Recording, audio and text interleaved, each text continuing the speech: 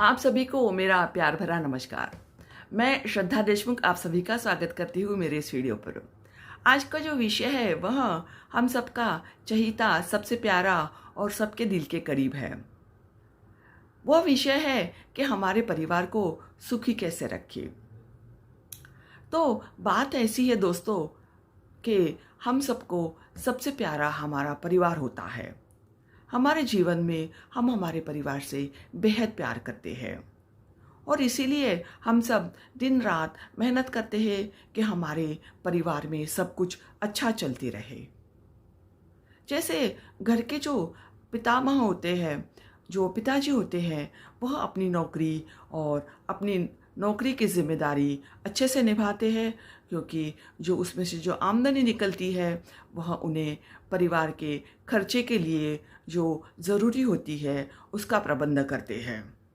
उसके बाद माँ बच्चों का ध्यान रखती है, उनका लालन पोषण करती है और आजकल के ज़माने में तो माएँ नौकरी भी करती है, तो ये सब जिम्मेदारियाँ माँ बहुत असीमता से निभाती रहती है।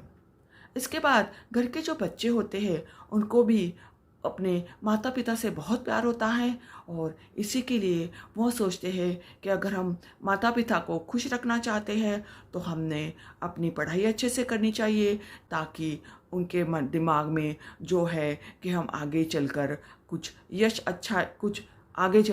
अच्छा यश संपादन करें। और इसके बाद बात ऐसी होती है दोस्तों कि अगर परिवार में सब कुछ अच्छा चलते रहे फिर भी कुछ ना कुछ परिवार के सदस्यों में अनबन, लड़ाई होना या किसी का एक दूसरे के साथ कुछ दोहरी राय होना, किसी का एक दूसरे के साथ नहीं जमना, ये सब होती रहता है। तो इसीलिए हम सोचेंगे कि परिवार के सुख के लिए या ऐसी बातें परिवार में न हो और सब कुछ अच्छे से आनंद से चलता रहे, इसके लिए हमने क्या करना चाहिए। तो सबसे पहली बात ऐसी है कि हमने जब भी किसी दो व्यक्ति के बीच कुछ अनबन या कुछ दोहरी राय होती है तो उसमें तुम हमेशा ऐसे ही करती हो, तुम्हें समय का बिल्कुल ध्यान नहीं रहता, तुम हमेशा गैर जिम्मेदार वर्तन करती हो, या तुमको ये भी पता नहीं होता कि तुम सामने वाले व्यक्ति से कैसे ज़ुबान लड़ाती हो, या तुम बहुत दूसरे सामने वाले व्यक्ति को बहुत दुख पहुंचाती हो, ऐसे अतिशयोक्तिपूर्ण विधान करना ये सही नहीं होता। क्योंकि परिवार के जो सदस्य हैं वह एक दूसरे के साथ इतने अतिशयोक्तिपूर्ण व्यवहार नहीं करते।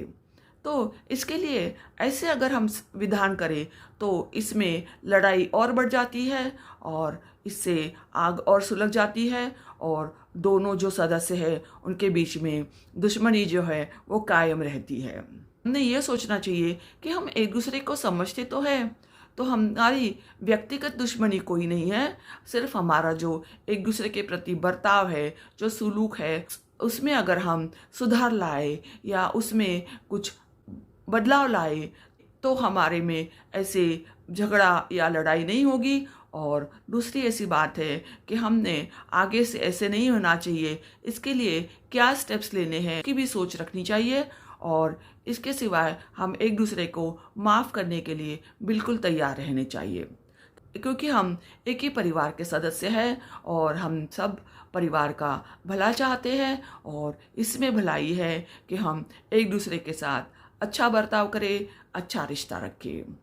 इसके बाद वाला पॉइंट ऐसा है कि हमने परिवार में सब कुछ अच्छे से चलता रहे, इसके लिए कुछ नियम बनाने चाहिए।